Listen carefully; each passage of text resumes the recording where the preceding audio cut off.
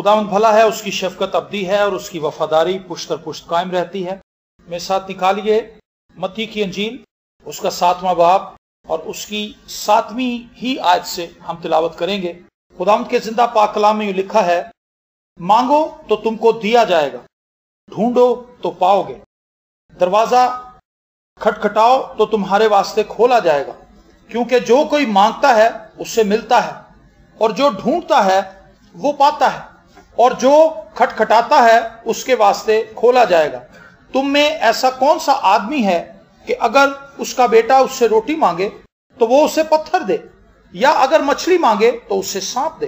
बस जबकि तुम बुरे होकर अपने बच्चों को अच्छी चीजें देना जानते हो, तो तुम्हारा बाप जो आसमान पर है अपने मांगने वालों को अच्छी चीजें क्यों ना देगा। आमीन।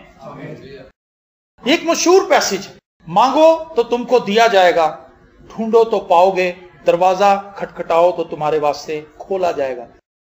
क्योंकि जो कोई मांगता है उससे मिलता है, और जो ढूंढता है वो पाता है, और जो खटखटाता है उसके वास्ते खोला जाएगा। ये इंतहाई सादा बातें हैं खुदाम यीशु मसीह की, और ये बच्चों को भी समझ आ जाती। अगर तुम मांगोगे तुम्हें मिल जाएगा, अगर तुम खटखटाओगे तो तुम्हारे वास्ते खोला जाएगा, अगर तुम ढूंढोगे तो तुम पाओगे। ये वो सच्चाइयां हैं जो आज के ईमानदारों को अपनी जिंदगी में कबूल करने और अपनाने की जरूरत है। अभी कल रात मैंने एक खादम के ताल्लुक से एक खूबसूरत गवाही सुनी है और मुझे बहुत अच्छा लगा। उसने कहा कि एक नौजवान उसे ट्रेन में मिला और वो नौजवान शराब पी रहा था और वो मुसलसल ड्रिंकिंग कर रहा था, और वो जो पासवान था वो उसे देख रहा था कि ये नौजवान सबको डिस्टर्ब भी कर रहा है, वो उल्टी सीधी बातें भी करता था सबसे। तो उस पासवान ने उससे कहा कि मैं आपसे दरखास्त करता हूं कि आप अपनी जिंदगी खुदाम यीशु मसीह को दें। आप समझ सकते हैं कि एक ऐसा शख्स जो नशे के अंदर है उसको दावत देनी कैसी अजीब बात है। उसने कहा मैं चाहता हूं कि आपकी जिंदगी मसीह की मानंद हो जाए, आप मसीह को कबूल कर लें। उसने कहा ऐसा कभी नहीं हो सकता, क्योंकि मैं मसीह पर ईमान ही नहीं रखता, मैं मसीह को कुछ नहीं समझता, मैं मसीह को मानता ही नहीं, मैं मसीह का पैरोकार नहीं हूं, मैं तो किसी खुदा को ही नहीं मानता। उस खादिम ने उससे कहा कि आज से ठीक 3 दिन के बाद आप मुझे ढूंढते हुए आएंगे और आप मुझसे ये इल्तिजा करेंगे कि मुझे मसीह की बाबत बताएं। और आप जानते हैं कि वो आदमी, वो पासवान कौन था? उसका नाम जॉन हाइट था। वो एक दुआ करने वाला शख्स था। और जॉन हाइट के ताल्लुक से एक खूबसूरत बात यह है कि जो 12 पत्थर की कन्वेंशन है, सियालकोट कन्वेंशन जिसे कहते हैं, इसका आगाज जॉन हाइट ने किया था सन 1912 में, जब हिंदुस्तान था। ये पाकिस्तान और इंडिया का कोई तस्वर नहीं था, ये दोनों मुल्क एक थे और इसको हिंदुस्तान कहा जाता था। और ये उस जमाने की बात है जब अंग्रेज यहां पर हुक्मरान थे। 1912 में सियालकोट के अंदर उसने इस कन्वेंशन की बुनियाद रखी थी और वो पहले स्पीकर में से था जिन्होंने वहां पर कलाम सुनाया था। लेकिन इस कन्वेंशन का आगाज करने से 1 साल कबल उन्होंने दुआ करनी शुरू कर दी थी। ये नहीं कि कन्वेंशन के दिन रखने के बाद दुआ शुरू की, इससे पहले कि वो कन्वेंशन का आगाज करते 1 साल पहले से नॉन स्टॉप डेली कई घंटे वो लोग दुआ में गुजारने लगे। और उन दुआओं का रिजल्ट ये है कि आज 100 साल गुजर जाने के बाद भी वो कन्वेंशन जारी हो सारी। आपने देखा, हम कोई काम शुरू करते हैं, 1-2 माह के बाद हम उस काम को बदल देते हैं। हम कहते हैं कि ये ठीक नहीं है, चलो कुछ और करते हैं, हमारा इरादा बदल जाता है। लेकिन वो चीजें जिनकी बुनियाद दुआ के साथ रखी जाती है वो कायम रहती हैं, उन्हें बदला नहीं जा सकता। तो सियालकोट कन्वेंशन अपनी आबोताब के साथ अभी भी जारी और सारी है। वहां पर नए नगमात गाए जाते हैं, नए खादमीन वहां पर इंट्रोड्यूस हुए इन 100 सालों के अंदर, और वो एक यादगार चीज है। लेकिन उसकी बुनियाद दुआ से शुरू की गई थी। तो जॉन हाइट के ताल्लुक से मशहूर है कि वो इतने दर्द और पेन के साथ दुआ करता था कि उसका दिल एक साइड से जंप करके दूसरी साइड पे आ गया। इतने बोझ के साथ दुआ की थी उसने लोगों के लिए। खुदाम यीशु मसीह ने जब गतसमनी में जान करने की हालत में दुआ की थी तो खुदाम यीशु मसीह के मसामों में से खून, जो पसीना है उसमें से खून भी निकलने लगा। ये प्रेशर था, इस कर्ब के साथ दुआ की गई। लेकिन जॉन हाइट जब दुआ करने लगा तो उसने इस बोझ के साथ दुआ की। वो रोजे में ही रहता था। उसका जो बावर्ची था उसने कहा कि मैंने अपने साहब को कभी रोटी खाते हुए नहीं देखा। मैं जब भी जाता था उनका खाना वैसे का वैसे ही पड़ा होता था और वो दुआ में मशगूल होते थे या कलाम पढ़ रहे होते थे। और वो इतना कम खाना बनवाते थे कि वो किसी बच्चे का खाना लगता था, लेकिन जब मैं वापस आता था तो उन्होंने वो भी नहीं खाया होता। वो एक बिल्कुल कमजोर इंसान था, लेकिन उसका ईमान इतना मजबूत था कि उसने उस नौजवान से कहा जो शराब पी रहा था कि ठीक 3 दिन के बाद तुम मुझे ढूंढते हुए आओगे, मैं तुम्हें अपना एड्रेस नहीं बताऊंगा, लेकिन तुम्हें मेरा एड्रेस ढूंढना पड़ेगा और तुम जरूर आओगे। और जैसे ही वो ट्रेन से उतरा, वो अपने कमरे में गया और उसने उस नौजवान के लिए दुआ शुरू कर दी।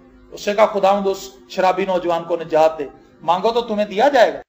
उसका ईमान था इस बात पर कि मैं मांगूंगा, खुदावंद मुझे वो नौजवान देगा। उसने कहा, खुदावंद मुझे वो नौजवान चाहिए, मैं नहीं चाहता कि वो शराब पीता रहे, मैं नहीं चाहता कि उसके बाल बच्चे बहुत छोटी उम्र में यतीम हो जाएं, मैं नहीं चाहता कि वो शख्स बहुत से लोगों के लिए ठोकर का बायस बने, मैं चाहता हूं कि वो बच जाए, मैं चाहता हूं कि वो अपनी जिंदगी का वारिस बन जाए।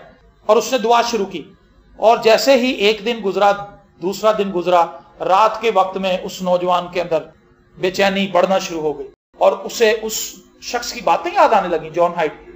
और उसने वापस स्टेशन का रुख किया। उसने लोगों से पूछना शुरू किया कि यहां पर इस डब्बे के अंदर एक शख्स बैठा था, क्या आप उसके मुतालिक कुछ जानते हैं? उसने रेलवे स्टेशन पर जाकर ऑफिस के अंदर गया, उसने वहां से मालूमात हासिल की कि फलां सीट पर फलां दिन में जो शख्स बैठा था उसका क्या नाम था, और उन्होंने बताया कि उसका नाम जॉन हाइट था। और फिर उसने उसका नाम जब मालूम कर लिया तो फिर वो उसके नाम से लोगों से पता करने लगा, और वो तीसरे दिन ही उस शख्स तक पहुंचा शाम के वक्त। तो जब वो वहां पर पहुंचा तो वो थक चुका था, निढाल हो चुका था, लेकिन उसको इस बात की खुशी थी कि मैंने उस शख्स को पा लिया है, अब ये मुझे निजात का रास्ता बताएगा और मैं बच जाऊंगा। और जॉन हाइड ने उसके लिए खाने का इंतजाम करवाया, उसको 2-3 दिन अपने पास रखा, उसको कलाम सुनाता रहा। उस शख्स ने निजात पाई और वो शख्स एक जोरदार खादम बनकर अपने इलाके में गया और उसने कलाम सुनाना शुरू किया और बहुत से लोगों को बचा लिया। ये कैसी खूबसूरत बात है। मांगो तो तुम्हें दिया जाएगा, खटखटाओ तो तुम्हारे वास्ते खोला जाएगा, ढूंढोगे तो पाओगे। आज हम सबके सामने खुला मैदान है। मैं ये कहता हूं, जितना भी दौड़ ले, जितनी दौड़ लगा ले।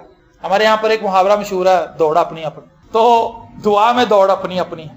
जो ज्यादा दौड़ेगा वो जीत जाएगा, जो कम दौड़ेगा वो रह जाएगा।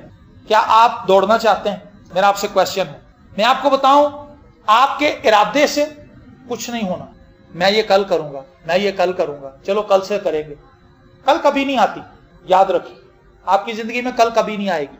ये जो कल वाला मुहावरा ना कि चलो कल कर लेंगे, तो याद रख लें, इसको अपने शीशे में, जहां पर आप डेली ज्यादा वक्त गुजारते हैं या बार बार जिस जगह से, अपने घर में शीशा एक ऐसी जगह है जहां पर आप डेली जाते हैं, इसको अपने शीशे पे लिख के लगा लें कि कल कभी नहीं आएगी, आज ही करना है। तो आप आज से स्टार्ट करें प्रेयर को और आप शुरू करें दुआ करनी, और आपको एहसास होगा कि खुदावंद मेरी जिंदगी को बदल रहा है।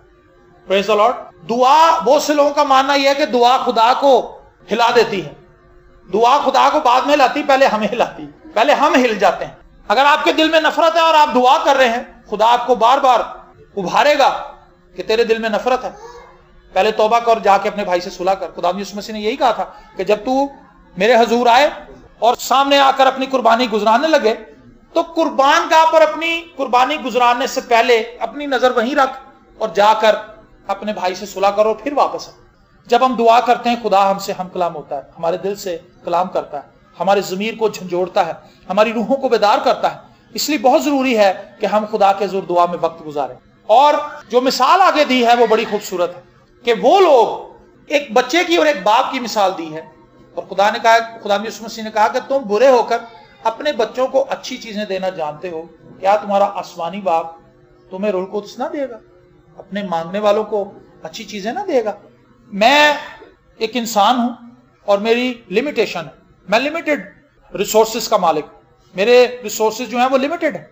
मेरे पास कुछ चीजें हैं, कुछ नहीं है। अगर मेरा बच्चा मुझे कह दे हवाई जहाज दें, मैंने हवाई जहाज लेना है, तो मैं उसे नहीं लेके दे सकता। अगर वो कहेगा मुझे ट्रेन ले दें, तो मैं ट्रेन भी नहीं उसे खरीद के दे सकता। अगर वो कहेगा जी मुझे मर्सिडीज गाड़ी ले दें, मैं उसको वो भी नहीं लेके दे सकता। मैं बहुत सी चीजें उसे नहीं दे सकता क्योंकि मेरे हाथ महदूद हैं, लेकिन खुदा के हाथ लामहदूद। Praise the Lord. तो मेरे पास और आपके पास दुआ करने के लिए बहुत वसी बाउंड्री है। आप अपने परों को फैलाएं और बुलंद परवाज करें। Praise the Lord. सो मैं चाहता हूं कि आज हम यहीं पर इस चैप्टर को क्लोज कर दें और अपनी आंखें बंद कर लें और हम सब अपने परों को फैला लें। आमीन। और खुदा अपने पाक रूह की हवा इसमें भरेगा ताकि हम बुलंदी पर उड़ना शुरू करें। Praise the Lord. सब अपनी आंखों को बंद कर लीजिए।